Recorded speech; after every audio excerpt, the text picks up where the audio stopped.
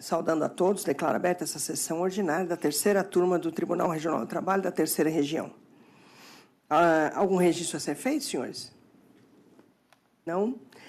Coloco em votação a ata da sessão anterior. Alguma ressalva? Então, aprovada sem ressalvas. Passo a palavra à secretária da turma para o pregão, observando a ordem regimental e as preferências.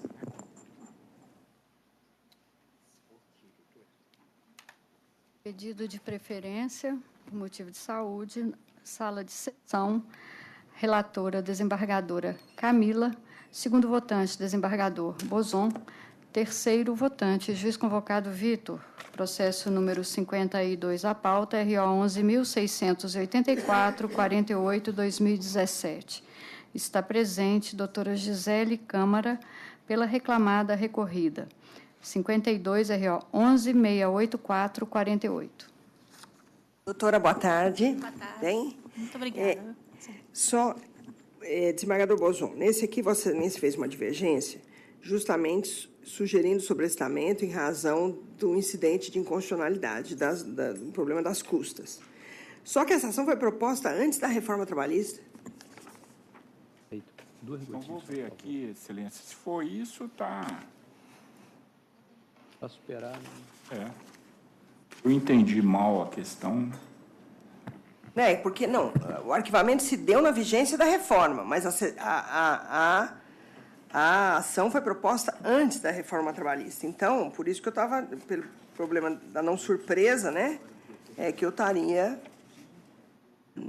Aí, nesse caso, não é que a gente está pronunciando a inconstitucionalidade do dispositivo. A gente está dizendo que ele é inaplicável. Porque foi antes da reforma. Mas quando... não, mas, excelência, eu me lembrei. É porque quando do arquivamento, eu verifiquei. Já estava em vigor. Então, eu acho que, como se trata de lei processual, aplica-se a lei vigente na época da prática do ato. O arquivamento foi na vigência da Lei 9. Mas, além disso, ela comprovou que ela estava doente no dia da audiência, conforme o atestado médico que apresentou. Ela estava doente, ela apresentou... Por que o juiz, então, desconsiderou? Ele não... Ele condenou nas custas. Só um minuto, presidente. Pois não.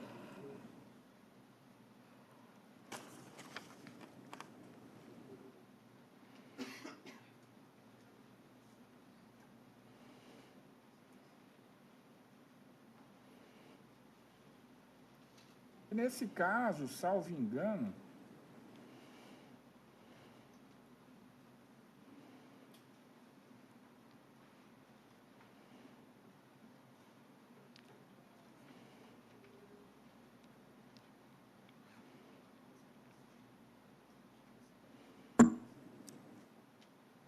a própria lei ressalva, né, se houver Aprovação.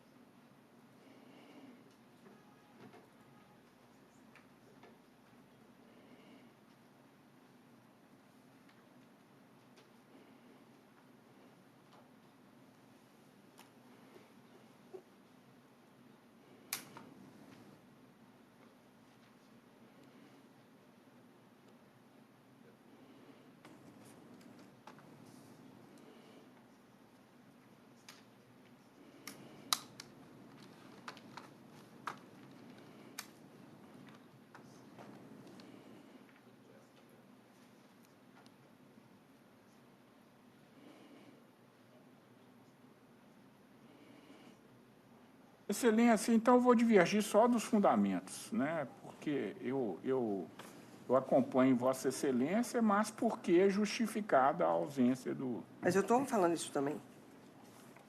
Ela menciona. Onde, Excelência? Estava doente no dia da audiência, conforme comprova o atestado médico. Então eu retiro a minha divergência. Então, conheço o recurso ordinário interposto por Brenda Lopes, rejeitando a impugnação de não conhecimento por deserção. Rejeito a arguição de pré-questionamento e acolho o pedido de concessão dos benefícios da justiça gratuita, deferindo-lhe à autora. No mérito, dou provimento ao apelo para decotar da sentença recorrida a condenação da reclamante ao pagamento das custas processuais. Então, a unanimidade, senhores? Sim? Então não vou fazer sustentação, não, Excelência. Então, o resultado que se proclama a unanimidade. Tá ok. Tá Obrigada. certo? Até logo, doutora. Continuando na mesma sala de sessão, 53 da pauta, ROPS 11.761, 35/2017. Inscrita a doutora Raíssa Oliveira. Ausente. Nesse não há divergência. Esse não tem Então, divergência. resultado que se proclama a unanimidade, nós temos o voto da relatora. Esse foi o 11.761, né? Foi. 45, ROPS 11.426, 83/2017. Inscrito Dr. Flávio Andrade. Ausente. De acordo. Divergência, doutor Bozon? Tá anotado aí? Não, nada. Então não tem. Resultado que se proclama a unanimidade, nós temos o voto da relatora. 24, RO 10.664, 86/2016. Inscrito Dr. Leandro Ribeiro. Ausente. Também não tem nenhuma divergência inscrita. Pode proclamar. Resultado que se proclama a unanimidade, nós temos o voto da relatora. 36, RO 11.157, 18/2015. Presente, Dr. Vinícius Ribeiro, pela reclamante recorrente. 36, RO 11.157, 18. Doutor, boa tarde. Boa tarde, Excelência. Pois não. Não, só Vou ler minha proposta de voto e depois eu passo a palavra ao senhor. Conheço o recurso ordinário interposto por Dormicentro, Comércio de Imóveis e Colchões Eireli, bem como do recurso ordinário adesivo, aviado por Nayara Rocha Paes Pesce. No mérito, nego o provimento ao apelo da reclamada e dou provimento parcial ao recurso da reclamante para determinar que, na apuração do valor mensal pago extra-folha, também sejam considerados os valores depositados sob a nomenclatura CISPAG, Dormicentro CE, constante dos extratos bancários acostados aos autos. Indefiro o requerimento da autora, constante nas contras-razões, de que seja aplicada a multa de litigância por má-fé à reclamada. Mantidos os valores arbitrados à condenação e às custas por compatíveis. Essa é a minha proposta de voto, doutor. O senhor tem a palavra. Qual que é o número? 157, 18. Tá. Pois não, doutor. Excelência, creio que com o voto de vossa relatoria, eu estou satisfeito. Porque era só essa matéria, Exatamente. né? Eu não... O senhor estava recorrendo só dessa matéria.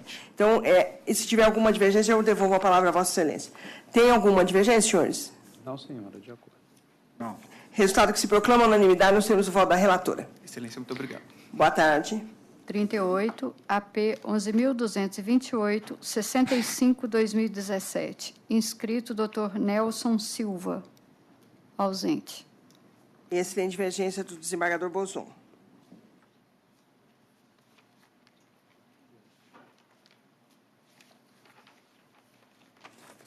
Porque terceiro embargante, imóvel, não havia registro da constrição na matrícula do imóvel. Não há prova de má-fé dessa terceira. Então, data vênia, eu nego provimento ao recurso. Eu mantenho a insubsistência da penhora. Pois é, mas a ação foi ajuizada em 2005. A primeira audiência ocorreu em 18 de abril de 2005. Os executados estavam presentes.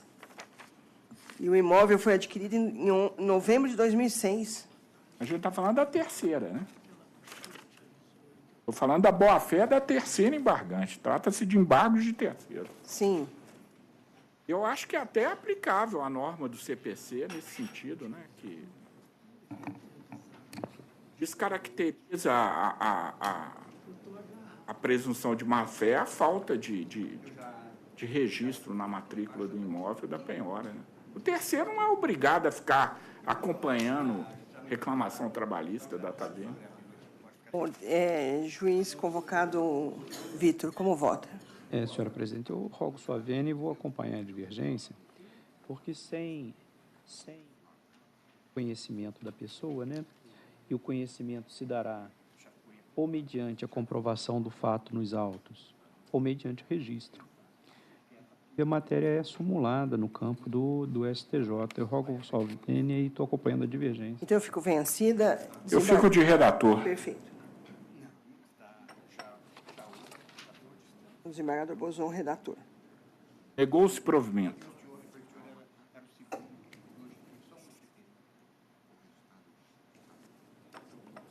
Pois não. 44, ROPS 11.386, 50, 2017. Está presente o doutor Rodrigo Duarte, pelo reclamante recorrido. 44, ROPS 11.386. Boa tarde, doutor. Boa tarde. Conheço o recurso ordinário interposto por Concrelagos, Concreto Limitada, rejeitando a prejudicial de prescrição bienal. No mérito, nego o provimento ao apelo. Devolvo a palavra ao senhor se tiver alguma eventual divergência. Pode ser? Sim. Há divergência, senhores? Não. Então, o resultado que se proclama a unanimidade nos termos do voto da relatora. Muito Boa obrigado. tarde, doutor. Boa tarde. Sala de sessão. Relator, desembargador Bozon. Segundo votante, juiz convocado Vitor. Terceiro votante, juiz convocado Danilo. 22, RO 12.007, 59, 2016. A dois, De quem? Minha, hein? doutor Bozon. Doutor Bozon. eu- Não voto. Tá. Há dois advogados inscritos. Doutor Humberto Marcial Fonseca, ausente. Doutor Marcos Eloy da Silva, ausente. Há divergência, senhores? De acordo. Então, o resultado que se proclama a unanimidade nos termos do voto do relator. Número 9, RO 10.152, 52, 2017. Advogado ausente, doutor Humberto. Há divergência, senhores? De acordo. Resultado que se proclama a unanimidade nos termos do voto do relator.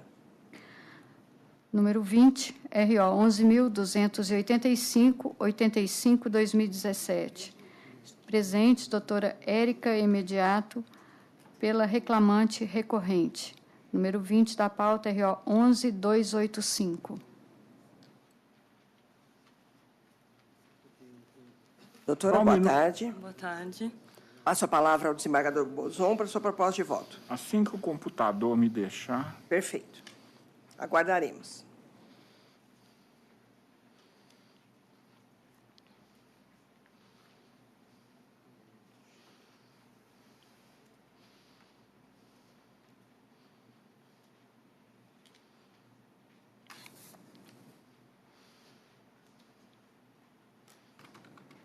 eu conheço dos recursos e nego-lhes provimento.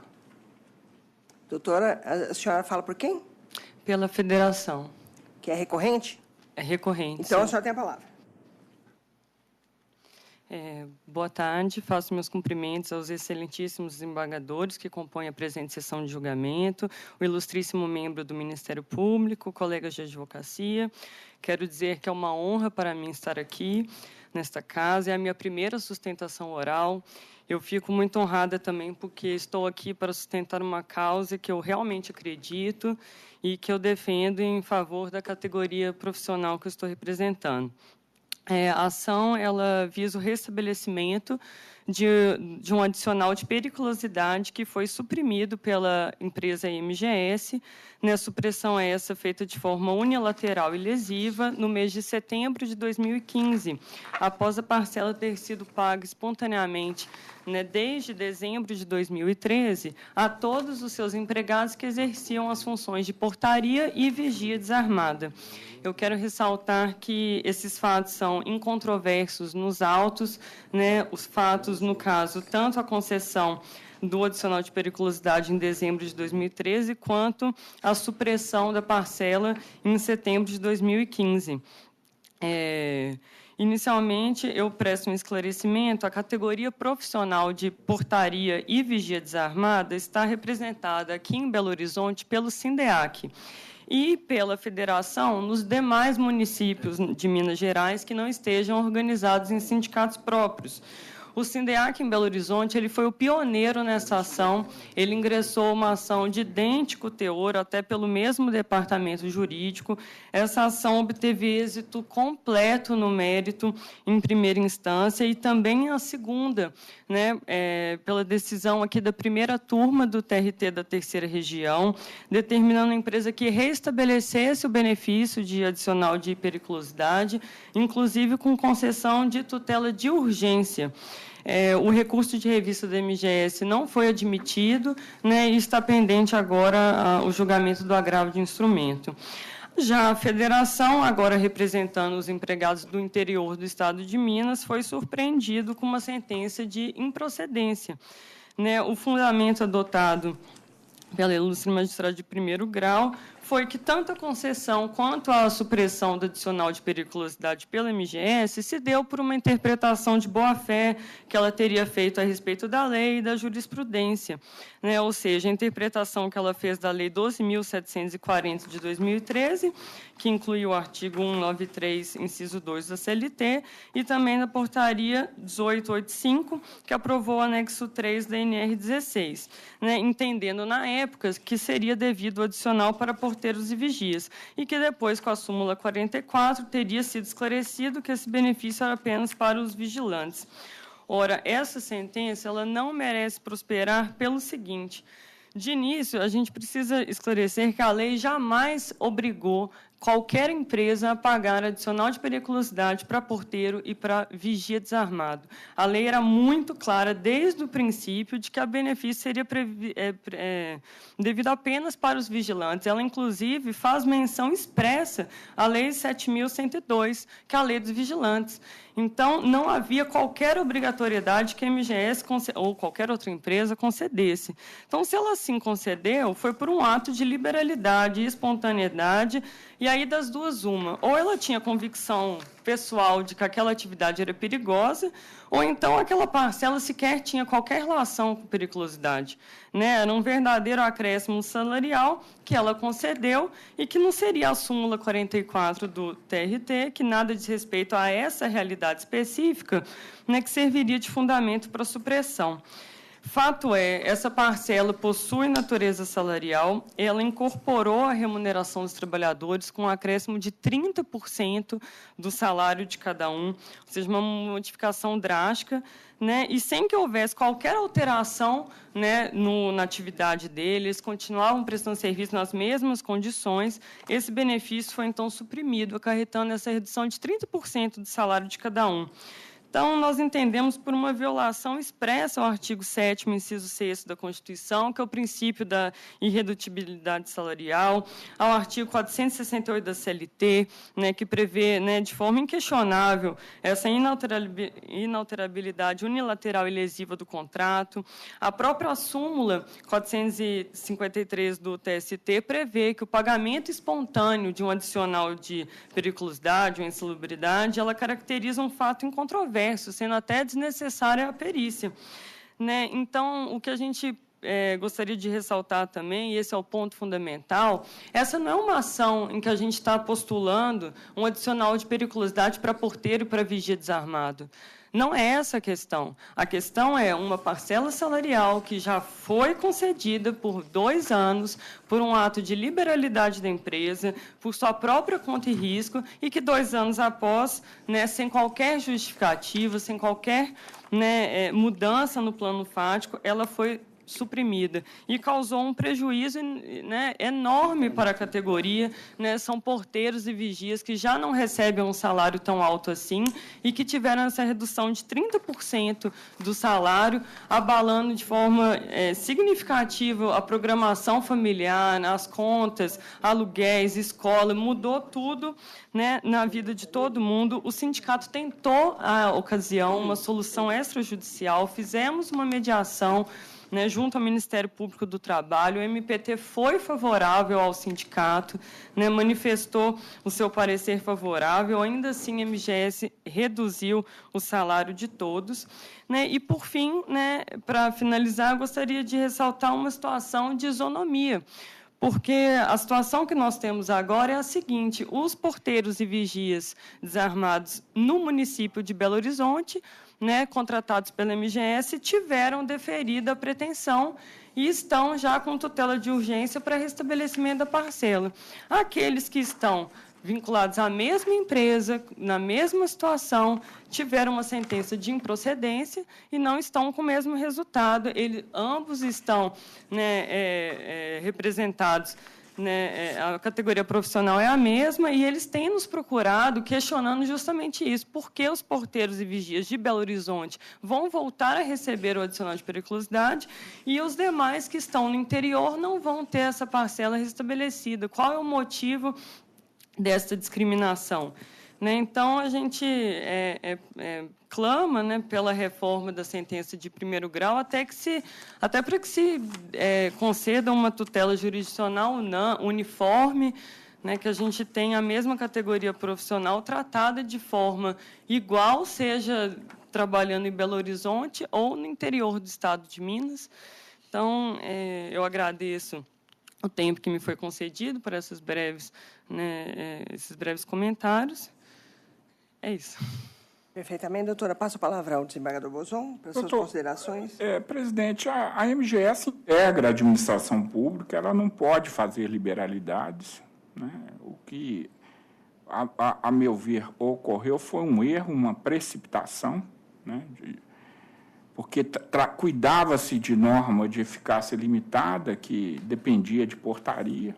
Aí, quando veio a portaria, a ilegalidade da conduta da MGS ficou patente e ela teve que desfazer o que fez. Né? Agora, quanto à questão da isonomia, há mecanismos processuais de se obter a isonomia de um jeito ou de outro, né? Que não me cabe ensinar o advogado a provocar isso. Né? E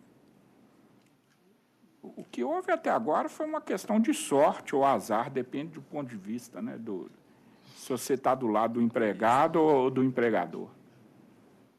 Eu mantenho meu voto. E os demais? De acordo. Senhora presidente, só Pois para não. deixar claro, eu não constei a divergência aqui, porque tem um processo também do sindicato. Eu acho que eu fiz alguma coisa errada. Tem um sindicato hoje também do Norte de Minas contra a MGS, me parece que é. Primeiro, parabenizado a doutora Érica, imediato, né, filha do nosso ilustre procurador-geral de imediato, fazendo a sua primeira sustentação oral. Então, Obrigada. O desempenho foi brilhante. E eu quero acrescentar, senhora presidente, e o ilustre desembargador Bozon, eu sou eu que proferi a sentença Agora que eu entendi, da 48ª, em que deferiu para o sindicato de Belo Horizonte a manutenção da parcela, inclusive com tutela antecipada. Depois veio para a primeira turma, foi mantida essa decisão. No TST não foi conhecido o recurso de revista, já estava no agravo de instrumento. Me parece que a relatoria do ministro Felipe Vieira de Mello. Então, vai ser um longo percurso, tanto de um lado quanto de outro. Né? Então, mas eu gostaria só, por uma questão de coerência, registrar que eu fico vencido na questão em virtude desse meu posicionamento anterior. Tá? Perfeitamente. Então, por maioria, vencido o excelentíssimo juiz convocado Danilo. Okay, muito obrigada. Até logo. Uma boa tarde, doutora. Sim. Temos uma questão de ordem aqui, de um advogado que está com um problema de urgência. Então, nós vamos apregoar, pedir licença aos demais, vamos apregoar o processo. Sala de sessão, juiz convocado Danilo. Segunda votante, desembargadora Camila. Terceiro votante, desembargador Bozon. Processo número 35 da pauta, RO 11.525/88/2016. Doutor Elias Neto está presente pela reclamada recorrente. 35, RO 11.525. Doutor Elias, boa tarde. Passo a palavra ao juiz convocado Danilo para a sua proposta de voto. Senhora presidente, eu conheço dos recursos interpostos no mérito do parcial provimento ao apelo da reclamada para excluir da condenação o pagamento de horas extras decorrentes da concessão parcial do intervalo intrajornada e reflexos. Nego o provimento ao recurso adesivo do reclamante. Custas pela ré reduzidas para R$ 740, calculadas sobre 37 mil, valor hora minorado da condenação. É a proposta, senhora presidente. Qual que é o número? 11.525-88. O senhor fala por quem, doutor? Pela recorrente empresa. Perfeito. O senhor tem a palavra. Senhora presidente, na ilustre pessoa que em cumprimento os demais integrantes da Egrégia Turma, senhor representante do Ministério Público do Trabalho, senhora secretária, serventuários e, em especial, aos colegas que concordaram aí com a antecipação do meu pronunciamento aqui da tribuna.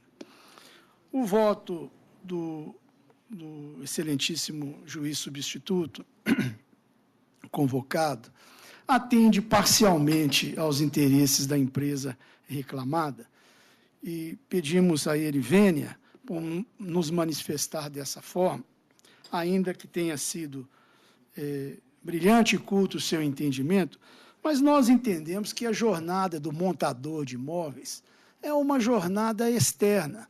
Ainda que ela possa ser controlável pela empresa, data máxima vênia, ele passava cedo, na maioria das vezes na empresa, pegava as ordens de serviço, as ordens de montagem, e saía para fazer essas montagens, e não lhe era cobrado um mínimo de produção ou um máximo de produção. Quer dizer, a empresa não tinha aquele controle se ele estava trabalhando o dia todo, se ele poderia se ausentar para fazer qualquer trabalho de ordem particular. Então, com todo respeito, ainda que isso tenha sido, que a jornada tenha sido fixada dentro de um certo parâmetro, o juiz de primeiro grau, ele considerou lá um parâmetro dentro de uma jornada comercial de trabalho, mas nós entendemos que é caso de exceção do artigo 62, porque é um trabalho eminentemente externo e realmente o controle fica difícil. Tão difícil que Sua Excelência, ao menos no intervalo intrajornada, entendeu que não era possível controlar. E, além dessa jornada externa que nós nos atemos da tribuna, Excelência, pedimos vênia novamente ao ilustre relator para também discordarmos no tocante ao aluguel da motocicleta.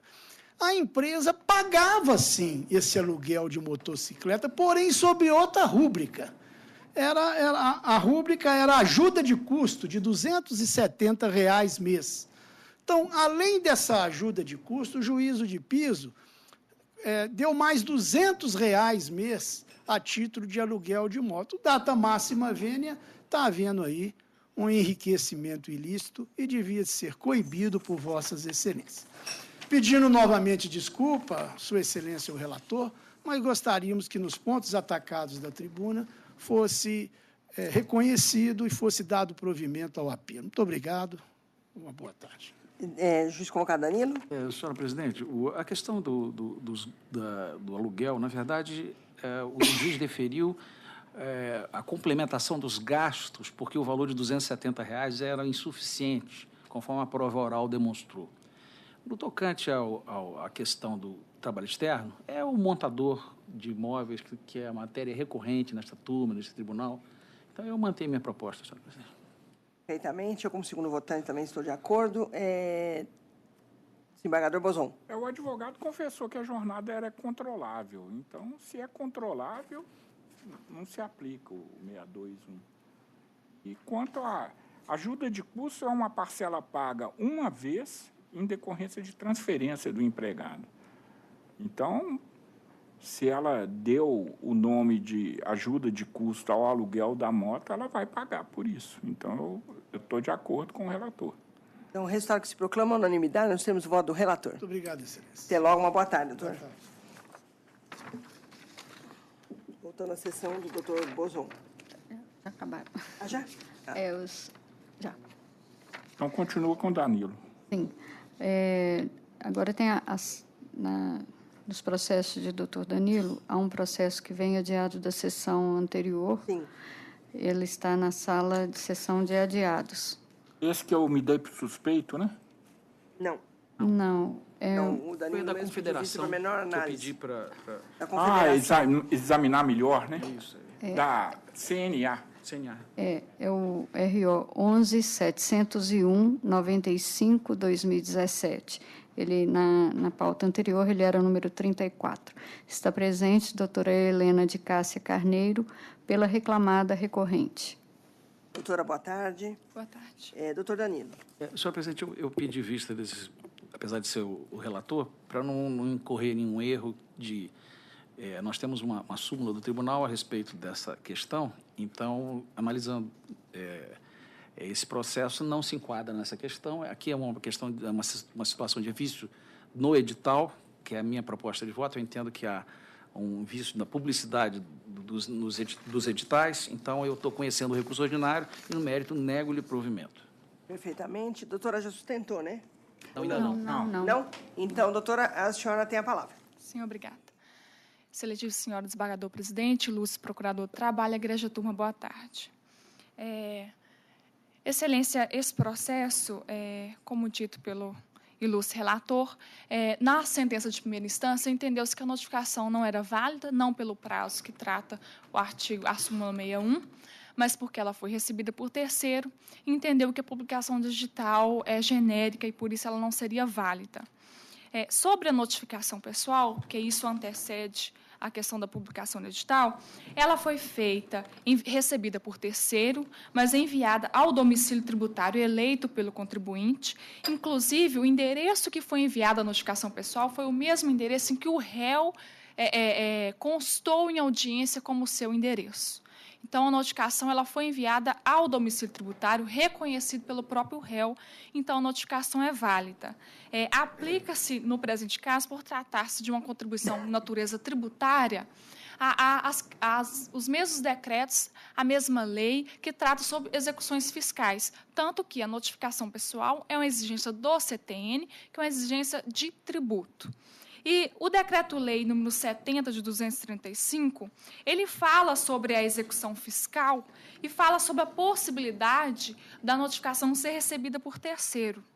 No seu artigo 23, ele diz, far-se-á a intimação. Doutora, mas essa parte a senhora pode pular, porque o negócio aqui está no edital só. Sim, excelência, eu só preciso frisar a validade da notificação pessoal, porque é esse o meu argumento contra a sentença do edital.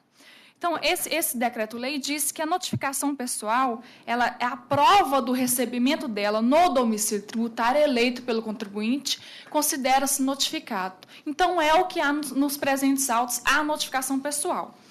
O artigo 142 e 145 do CTN, que trata da pessoalidade, e ela foi cumprida com a publicação do edital.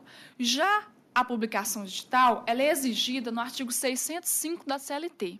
E esse artigo traz como exigência que a publicação seja feita 10 dias antes do vencimento, 3 dias seguidos.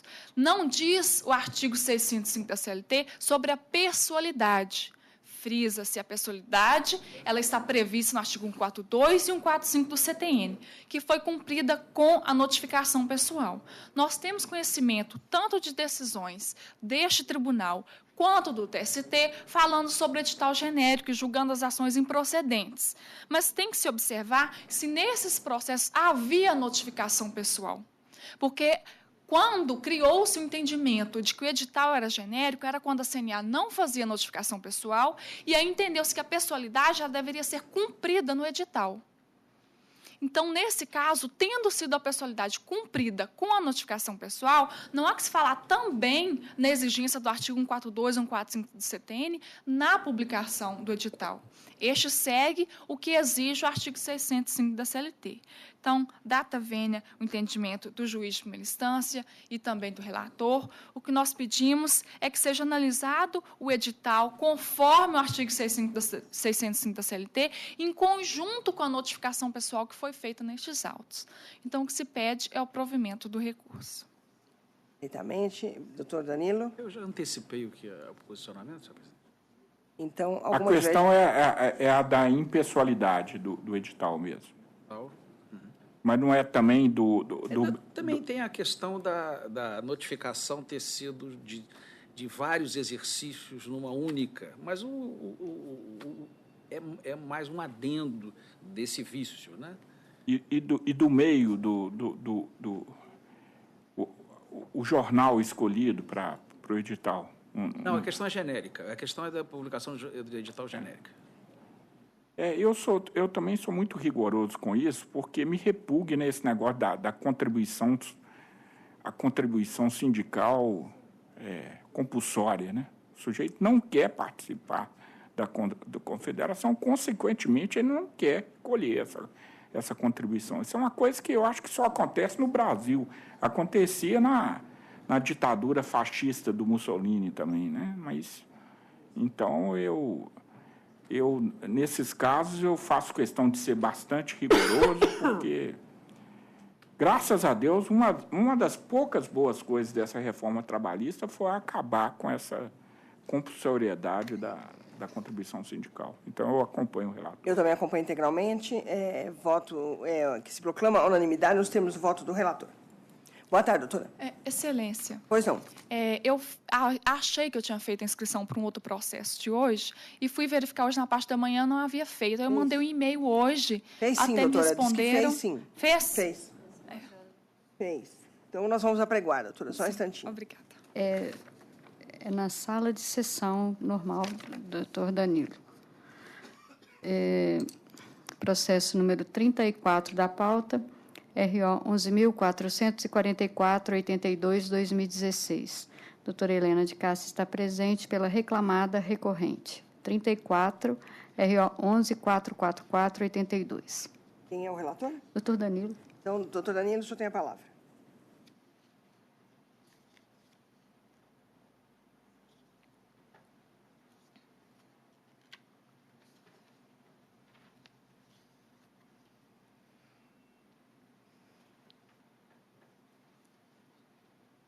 Um minutinho, senhor presidente. Eu estou conhecendo o recurso negando-lhe provimento. Doutora, a senhora tem a palavra. Excelência, esse processo, na sentença, ele teve uma questão diferenciada, porque não sei se este fato está sendo acompanhado pelo relator, porque o juiz de primeira instância entendeu que o Decreto-Lei 11.66 de 71, que fala sobre o enquadramento sindical, estaria defasado, aplicando a Lei 5.889 de 73. Entretanto, essa lei, ela trata sobre o trabalho rural, ela não trata sobre contribuição sindical, sobre enquadramento sindical. E o contribuinte, ele está enquadrado na linha C do Decreto-Lei 11.66 de 71. Entretanto, entendeu o juiz de primeira instância que essa linha C não foi recepcionada pela Constituição. Contudo, excelência, essa lei em que o juiz de primeira instância embasou para dizer que o decreto-lei estava defasado, no seu próprio artigo 19, ele diz que o enquadramento e a contribuição sindical rural continuam regidos pela legislação ora em vigor. Então, a própria lei confirma que não há defasagem do Decreto-Lei 11.66 e que o enquadramento segue pelo Decreto-Lei 11.66 de 71. Então, não há que se falar em aplicação dessa lei 5.889 de 73 no enquadramento sindical. Tampouco há que se falar que a linha C do Decreto-Lei 11.66 não foi recepcionada pela Constituição. Nós temos várias decisões do TST no sentido da recepção da linha C, que basta ter a prova do contribuinte ter mais de 2 módulos rurais para o seu enquadramento. Também temos decisões do STF, inclusive decisões recentes, falando sobre a recepção do Decreto-Lei 11.66 pela Constituição Federal. Então, neste caso, houve a prova do enquadramento sindical, tendo o contribuinte mais de 8 módulos rurais e a linha C exige que tenha mais de 2, ou seja, houve, assim, a prova do enquadramento sindical. Também houve a notificação pessoal, enviado várias notificações pessoais no mesmo endereço em que o contribuinte foi citado e recebido ali por terceiro no domicílio tributário. E também a questão do edital, não há que se falar em pessoalidade na publicação do edital, uma vez que o artigo 605 da CLT assim não existe. Então, é o que se pede. Doutor Danilo.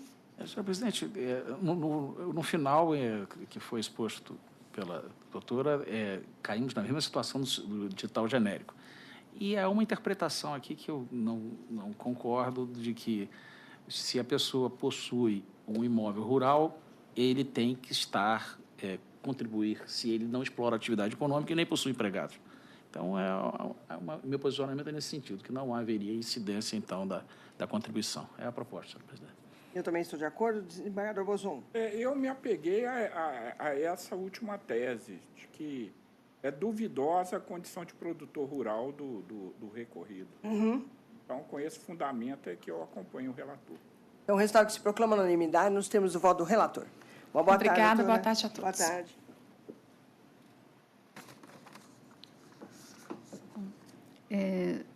Há um processo, a próxima sustentação é do processo do Dr. Danilo, mas na sala do Ministério Público.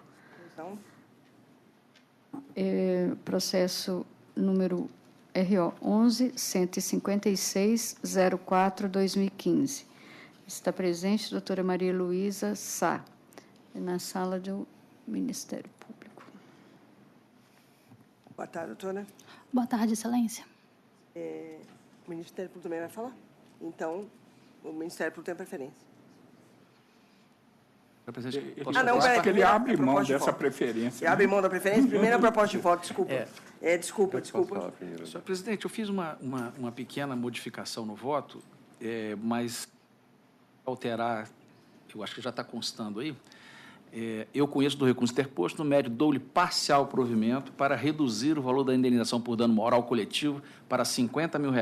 Eu tinha feito uma proposta anterior de 30 mil e estabeleci em 50 mil diante de uma divergência que foi lançada. Então, estou reduzindo o valor da condenação para R$50 mil com custos no importe de R$1.000. É a proposta. Porque eu tenho esse propósito de não reduzir as indenizações. Mas só que ele ainda está reduzindo, porque estava 100 mil a primeira instância. Pois é. Por isso é que ele me propôs essa redução para 50. Mas com 50, Vossa Excelência está de acordo?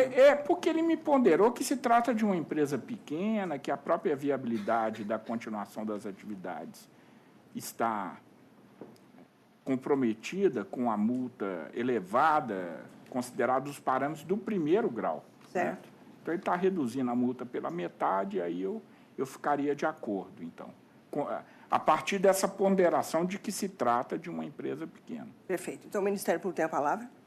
Senhora presidente, egrégia turma, ilustre advogado, ex-adverso, trata-se de uma ação civil pública contra a empresa Barbosa e Companhia Limitada, do nosso ofício de Juiz de Fora e a sentença da primeira vara do trabalho de Barbacena. Realmente é uma questão de contratação de aprendizes. O Ministério Público do Trabalho defende a tese de que tanto o artigo 428 da CLT quanto o artigo 10 do decreto 559805, eles fixaram critérios objetivos de contratação de aprendizes, que não se confunde. Há uma certa confusão na data vênia,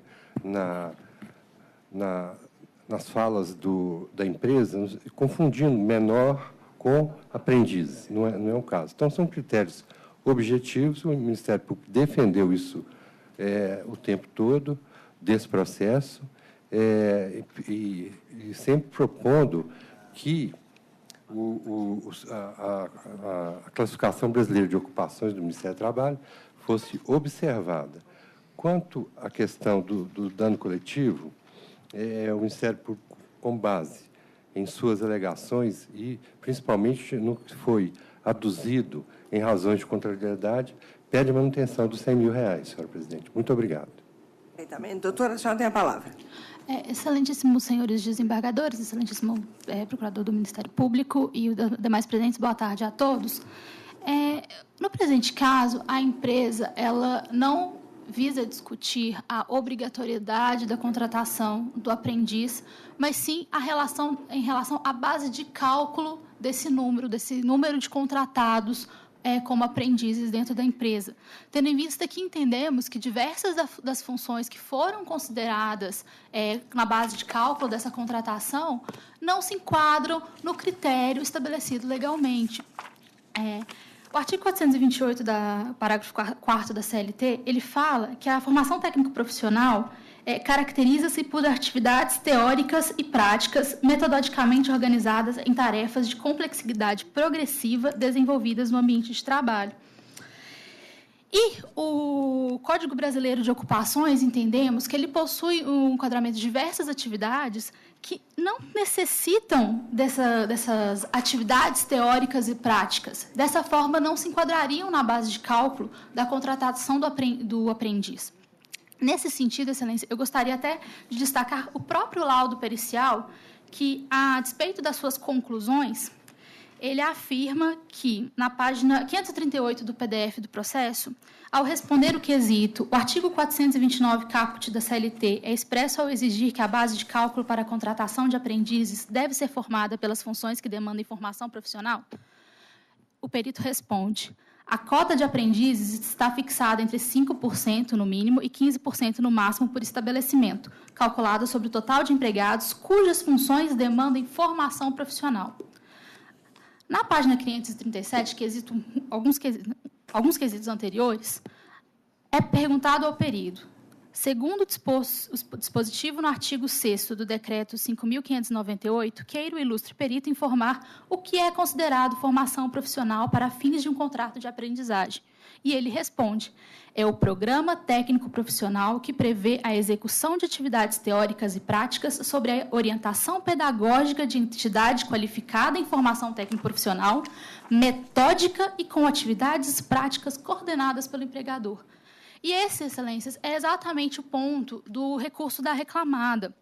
Nós entendemos que diversas das atividades que foram colocadas na base de cálculo para a contratação de aprendizes no presente caso, não demandam essa formação técnica, não demandam essa formação metódica, como é, por exemplo, o caso de um carregador, de um lavador de veículos. Essas profissões, elas são feitas na prática, elas não demandam formação profissional, elas não estão enquadradas nos quesitos necessários para que estejam presentes na base de cálculo para a contratação de aprendizes. E é por isso que nós requeremos a modificação da sentença, que, nos seus termos, deixou ampla essa obrigatoriedade, afirmando que seriam a contratação de 5% do número de trabalhadores existentes nas empresas. E é por isso que nós requeremos a modificação da sentença com relação a este tópico. Mas nós requeremos também a retirada dessa base de cálculo de atividades insalubres que não são compatíveis com o exercício da função do aprendiz e mesmo a atividade de motorista de caminhão de rotas regionais e internacionais, que existe curso técnico especializado, o que é explicitamente excluído da base de cálculo da contratação de aprendizes pelo artigo 10º, parágrafo 1º do Decreto 5.598. E é nesses pontos, Excelência, que a empresa requer a modificação da sentença.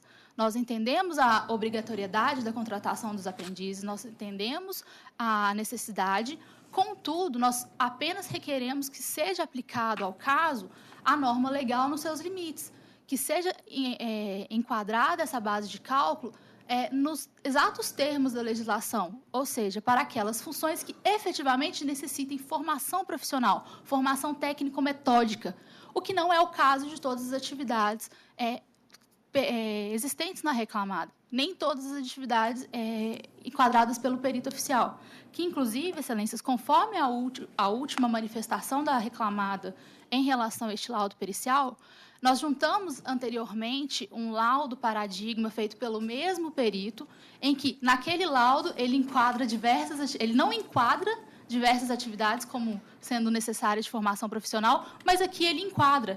Então, existe, sim, uma disfuncionalidade, um desbalanceamento na prova nesse sentido. E é por isso que nós requeremos a modificação da sentença, inclusive com relação ao dano moral, porque entendemos que a discussão ela é complexa, nós não negamos o dever de contratação de aprendizes, inclusive existem aprendizes contratados pela empresa, e é por isso que nós requeremos a diminuição, perdão, esqueci a palavra. Exclusão. Exclusão, obrigada, Excelência. A exclusão do dano moral ou a sua diminuição. Muito obrigada. Doutora, mas que exemplos a senhora daria de profissões que não demandariam aprendizado metódico, no caso concreto? carregadores, lavadores de veículo, são citados na peça, Excelência, todas essas funções que são citadas no recurso ordinário, mas cozinheiro... eu não tenho vista do processo. Só um minutinho que eu pegarei aqui, Excelência, por favor. Mas a senhora já carregadores, lavadores de veículo, ajudante de motorista, faxineiro, jardineiro, perdeiro, porteiro, vigia, são funções que entendemos que não seria a necessária formação profissional. Pois não, doutora. Obrigado. Presidente, só para esclarecer aqui, estou notando que a matéria já é recorrente no Tribunal Superior do Trabalho. Nesse tribunal, utilizamos a classificação brasileira de ocupações. Então, eu cito aqui, para dar como exemplo, um acordo de lavra do ministro Alberto Bresciani, agora de abril de 2018, que ele cita, no caso, as funções de apontador, auxiliar de serviços gerais, gari, limpador de vidros, faxineiro, porteiro, apoio administrativo, que constam da classificação brasileira de ocupações, se incluem para fins de apuração com base de cálculo de aprendizes. Então, a tese é justamente essa. Então, eu mantenho minha proposta de voto. O exemplo da Tavena é, por exemplo, dizer que carregador vai carregar um porto sem uma técnica para ver o que acontece com a coluna. Eu acompanho o relator também. Eu também acompanho. Resultado que se proclama unanimidade no termos do voto do relator. Com essa redução. Com a redução, sim, está reduzindo. Muito obrigada, boa tarde. Nada. Agora abriu o link? Abriu. Perfeito. Agora, processo à distância é da sala de sessão, do juiz convocado Vitor, como relator. Segundo votante, juiz convocado Danilo. Terceira votante, desembargadora Camila. Número 19 da pauta, RO 11.442/88/2015. Está presente no foro de Juiz de Fora, doutora Mariana Carnevale, pela reclamada recorrente. Doutora Mariana, boa tarde. A senhora nos escuta? Boa tarde, Excelência. Sim, os escuto bem. Perfeitamente. Então, vou passar a palavra ao juiz convocado Vitor Salino para a sua proposta de voto. Conheço os recursos ordinários, melhor dizendo, conheço o recurso ordinário da reclamada e adesivo do reclamante no mérito. Dou provimento parcial ao recurso da reclamada para excluir da sentença a incidência de reflexos das diferenças salariais sobre o prêmio assiduidade e das horas extras sobre o adicional noturno, bem como para determinar que, no cálculo das horas extras decorrentes da supressão do intervalo interjornada, sejam apuradas as subtraídas do intervalo acrescidas do respectivo adicional. E ainda, dou provimento parcial ao recurso do reclamante para autorizar a incidência dos reflexos dos minutos residuais sobre repouso e feriado, mantido o valor da condenação, porque ainda é compatível. É como voto. Perfeitamente. Doutora, a senhora tem a palavra. Excelentíssimos senhores desembargadores, integrantes desta mesa julgadora, a quem eu cumprimento na pessoa da douta desembargadora presidente, ilustríssimo representante do Ministério Público, senhores servidores e colegas advogados, boa tarde. Hoje eu venho sustentar as razões de recurso ordinário interposto pela reclamada Codema Engenharia, pedindo a atenção de vossas excelências para os seguintes pontos. Data máxima vênia, o juízo de primeiro grau, ao deferir a equiparação salarial do reclamante com o paradigma André Simão, não levou em conta a confissão do reclamante quanto à diferença de funções entre autor e modelo, o que foi inclusive ratificado pela testemunha ouvido a rogo da reclamada. Foi dado provimento no particular. Isso porque restou inequívoco nos autos, tanto pela prova oral quanto pela prova documental produzidas, que o paradigma ministrava treinamentos, atividade esta que nunca foi desenvolvida pelo reclamante. Além disso, ficou evidente nos autos a acentuada distinção do histórico laboral do paradigma paragonado, notadamente ao fato de que o modelo alçou cargos como o de pintor 2 e pintor 3, nunca foram ocupados pelo reclamante. Frise-se que as atividades atinentes aos cargos de pintor 2 e 3 são mais complexas e exigem maior responsabilidade que aquelas referentes aos cargos de auxiliar de pintura e pintor 1, ocupados pelo reclamante, inclusive no que se refere aos treinamentos, que somente são ministrados pelos pintores 2 e 3. Assim, resta evidente que a equiparação hora-incomento esbarra no óbice intransponível da vantagem pessoal do paradigma, que é inerente ao seu histórico funcional, razão pela qual a respeitável sentença merece ser reformada sob pena de violação direta das disposições do inciso 6º da súmula 6 do TST. Quanto aos minutos residuais, também carece de reforma a respeitável sentença, eis que os cartões de pontos apresentados pela recorrente e não infirmados pelo autor, a quem incumbia produzir prova de que permanecia à disposição da empresa, denotam que nunca houve a exigência de que o reclamante chegasse antecipadamente ao horário da sua jornada de trabalho.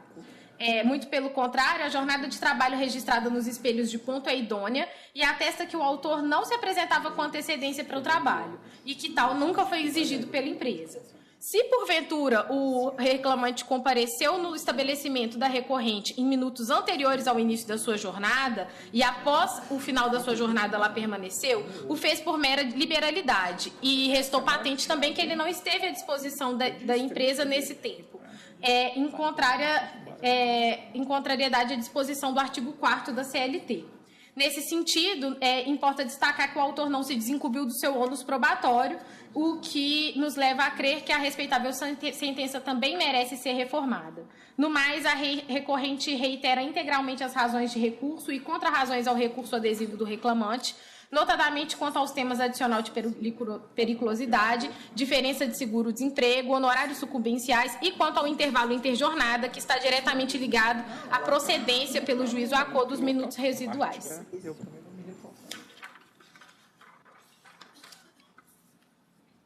Pois não. Juiz convocado, Vitor? Eu me reporto, Data Vênia. Doutor, quem vota é de acordo. O Danilo, de acordo, eu também de acordo. O resultado que se proclama unanimidade nos termos do voto do relator. Uma boa tarde, doutora. Obrigada. Voltando à sala... Podemos voltar, normal, do Danilo. Sim, a sala normal do doutor Danilo. Processo número 47... Tem uma sala normal do Danilo? Eu quero essa.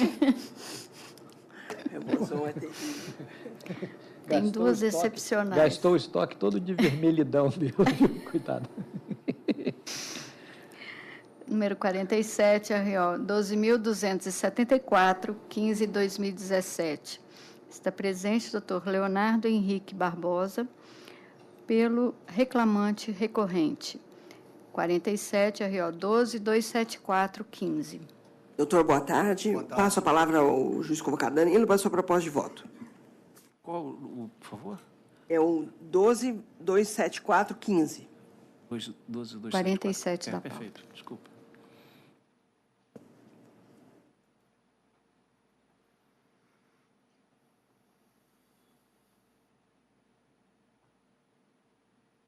Eu conheço os recursos interpostos no mérito do parcial provimento ao recurso do reclamado para determinar que são devidas 2 horas extras por semana trabalhada apenas até junho de 2014 e horas laboradas além da 8ª diária às terças-feiras a partir de julho de 2014, conforme se apurar dos registros de ponto.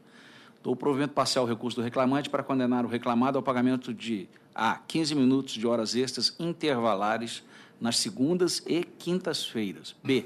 10 minutos de horas extras para cada 90 minutos trabalhados, conforme o intervalo da Lei 3.999 de 61, mantidos os reflexos e demais parâmetros definidos na origem. C. Condenar o reclamado ao pagamento de honorários advocatícios no importe de 10% sobre o valor da condenação. Altera o valor da condenação para R$ 20.000 com custas de R$ 400 pelo reclamado isento. Já que tem para o Lula. Doutor, o senhor tem a palavra. Eu vou guardar o voto divergente. Perfeitamente. Juiz convocado Vitor, alguma divergência? Não, senhora. Mas nesse caso o senhor não vota, né? Pois é. É a disfarce, né? Então, por isso que ele não tem divergência. Então, doutor Bolson, alguma divergência? Desembargador Bolson? Eu também não. Resultado que se proclama unanimidade nos termos do voto do relator. Boa tarde. Boa tarde. Não, é por isso que eu estou te falando. Eu vi que você postou, né? Você fica cutucando a onça com vara curta. Próximo. É o que eu mais gosto de fazer. Eu sei. Perfeitamente. Vamos ser pulados 2, que o advogado está em outra sessão. Então, agora qual? Agora é o 44, RO 11.993,79/2017. Inscrito Dr. Humberto Fonseca. Ausente. É o 44, RO 11.993,79. A divergência? Não. É resultado que se proclama unanimidade nos termos do voto do relator. 36, RO 11.525,52/2017. Advogado ausente. 36, RO 11.525. A divergência? Tem anotado aí? Não, não tem. Não, também não. Então, vamos lá. Resultado que se proclama unanimidade nos termos do voto do relator. 29, RO 11.203,86/2016. Advogado ausente. 29, RO 11.203. Também não há divergência anotada. De acordo. Resultado que se proclama unanimidade nos termos do voto do relator. 18, RO 10.651,51/2017. Advogado ausente. 18, RO 10.651. Também nenhuma divergência anotada. De acordo. Resultado que se proclama unanimidade nos termos do voto do relator. Número 1, AP 314-13/2010. Está presente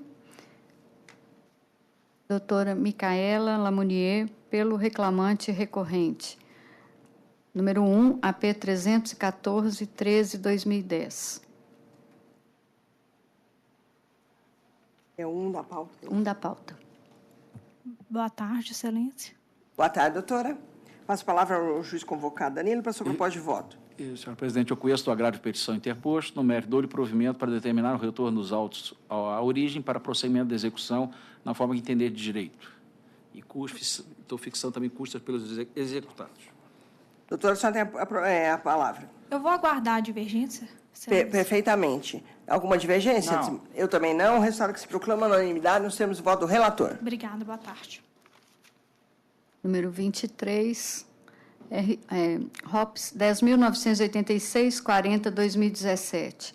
Está presente o doutor Orlando José de Almeida pela reclamada recorrida. 23, ROPS 10.986,40. Doutor, uma boa tarde. Boa tarde. Passo a palavra ao juiz convocado Danilo para a sua proposta de voto. Senhor presidente, eu conheço do recurso ordinário e, no mérito, eu dou parcial provimento para julgar a ação parcialmente procedente para condenar a reclamada ao pagamento de a. Adicional de horas extras pelo labor acima da 8ª diária nos finais de semana, devendo ser considerada a frequência integral, e o labor de forma alternada uma semana aos sábados, de 8 horas às 21 horas, e na semana seguinte aos domingos, de 8 horas às 20 horas, sempre com uma hora de intervalo intra-jornada. B. 15 minutos extras por semana pela supressão do intervalo do artigo 384 da CLT. Em ambos os casos, eu estou já fixando o divisor e os reflexos e especificando as parcelas, a natureza das parcelas, de natureza indenizatória e salarial, e também índice de correção monetária, inclusive do IPCA.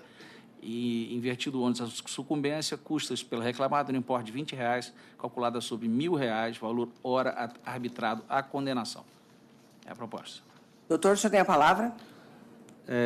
Excelência, boa tarde.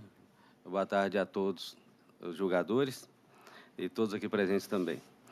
Aqui eu vou fazer só algumas ponderações com relação à jornada de trabalho. Essa jornada, ela existiu uma previsão de um acordo de compensação de jornada prevista em convenção coletiva. E essa jornada ela não ultrapassava 44 horas semanais. Isso, através de uma simples conta, o juiz de primeira instância chegou a essa conclusão, que somada toda a jornada de trabalho da reclamante, ela não ultrapassava as 44 horas, e considerando a possibilidade de compensação prevista na convenção coletiva, então houve o indeferimento do pedido.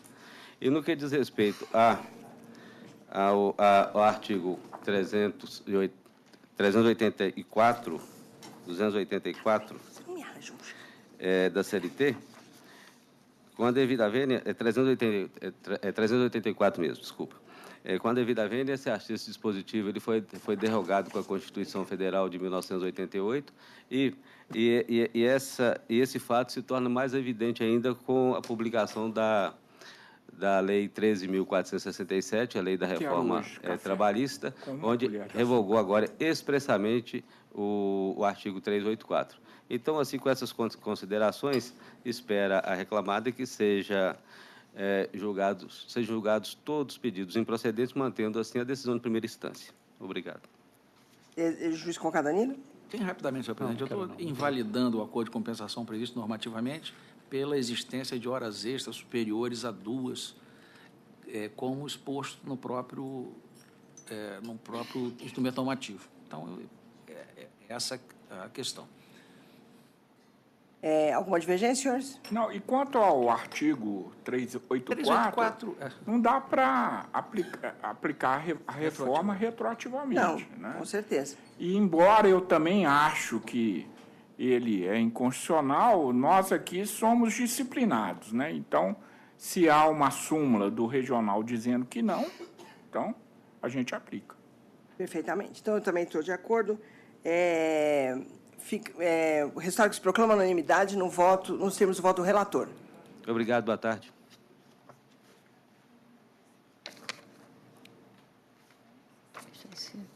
Sala de sessão, juiz convocado Vitor, como relator. Segundo votante, juiz convocado Danilo.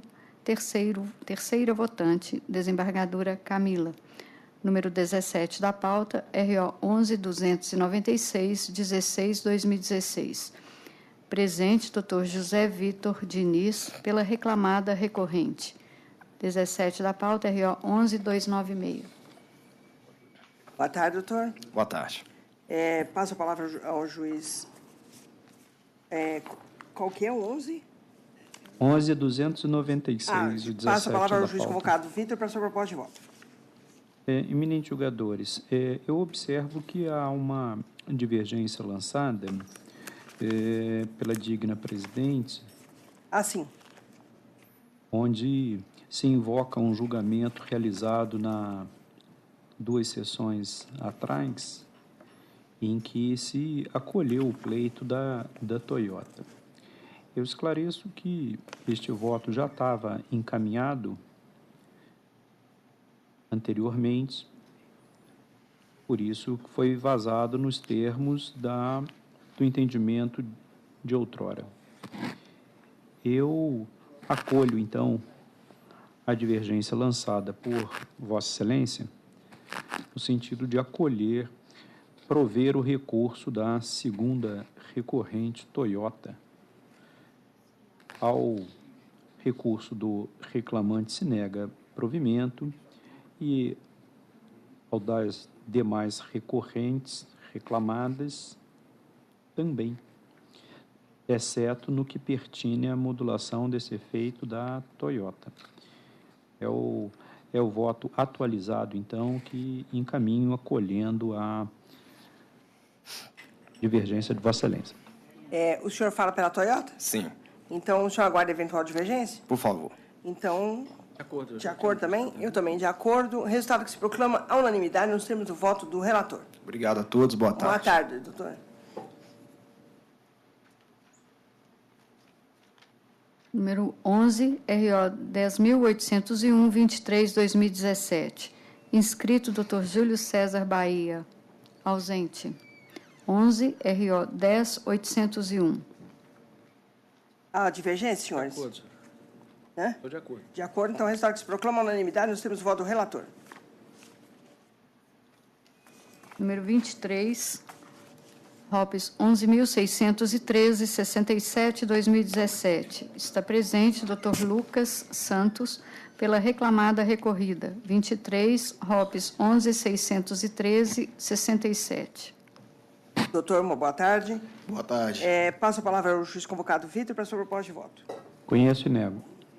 Doutor, o senhor tem a palavra. Ele está atendido, Excelência. Tá. O senhor é pelo... Eu sou então, o senhor aguarda eventual divergência? Sim, eu sou pela Império. Aguarda eventual divergência? Uhum. Eu estou de acordo. De acordo. Então, o resultado que se proclama a unanimidade nos termos do voto do relator. Obrigado. Boa tarde, doutor. Obrigado. 25, RO 11.760, 09/2016. Inscrita, doutora Andréia Silva. Ausente. Há divergência, senhores? Então, o resultado que se proclama unanimidade, nós temos o voto do relator. Aquelas duas e tem inscrições feitas na sala de sessão. Bem, aquele lá no advogado não voltou ainda. Não, ainda não. Então, vamos pelas as feitas na sessão. Sala de sessão. Sim. A primeira da sala de sessão, relatora desembargadora Camila.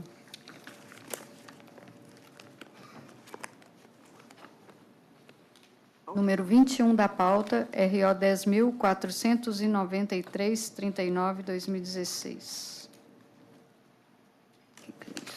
Advogada presente? 2039. É só para assistir. Sim, advogado está presente para assistir. É o 10.493/39/2016, 21 da pauta, da relatora desembargadora Camila.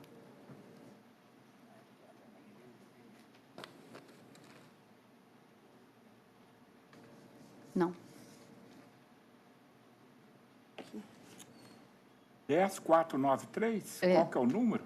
É o 21 da pauta, doutora Camila, 10.493/39/2016. As partes: Companhia Brasileira de Trens Urbanos. Ok. Então, é só para assistir? Só assistir. Conheço do recurso interposto. Preliminarmente, rejeito a prejudicial de prescrição bienal. No mérito, nego provimento ao apelo. Alguma divergência, senhores? Não. Não, senhor. Resultado que se proclama unanimidade, nós temos o voto da relatora. Inscrição na sala de sessão. Relator, juiz convocado. Juiz convocado Danilo. Processo. Vou achar o número dele aqui na pauta. É o 10.282/88/2017. Olha aqui, porque não me foi informado.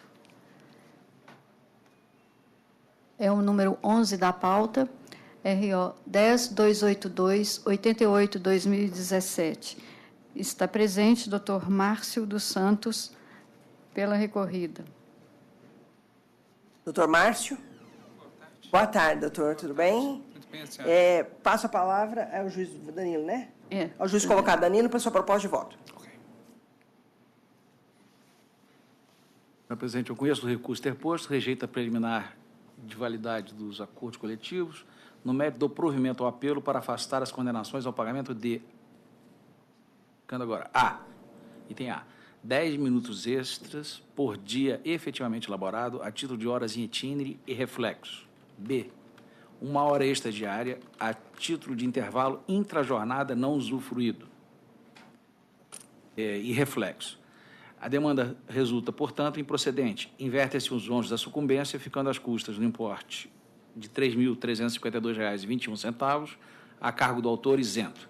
Do mesmo modo, os honorários periciais deverão ser pagos na forma da resolução 66 do Conselho Superior da Justiça do Trabalho, que eu arbitro em R$ 1.000 por ser a parte beneficiária da justiça gratuita. É a proposta. Qual que é o número? 10.282.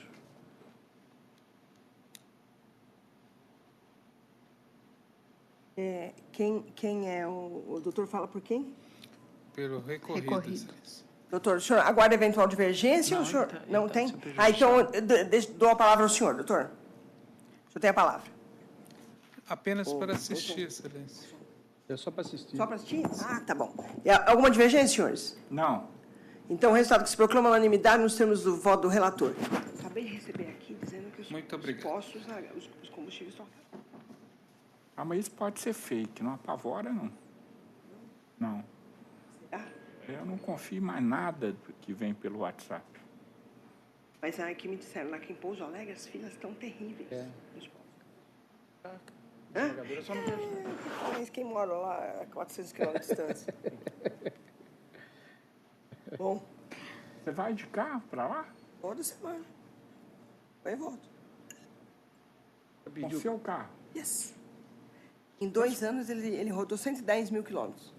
Mas eu, se fosse você, parava com isso, porque com a estrada bloqueada, como é que você vai fazer? Estrada bloqueada, não tem bloqueada, nada. Eu vim onde? Os caminhões ficaram bloqueados no acostamento e nos postos. Eles paravam os outros caminhões. Carro eles deixam passar. Não tem Eu problema acho que isso nenhum. é muito irregular. Tem hora que eles cismam e param. Na Fernão Dias, não.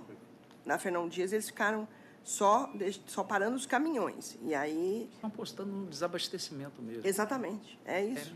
É. Não, não sabe. É.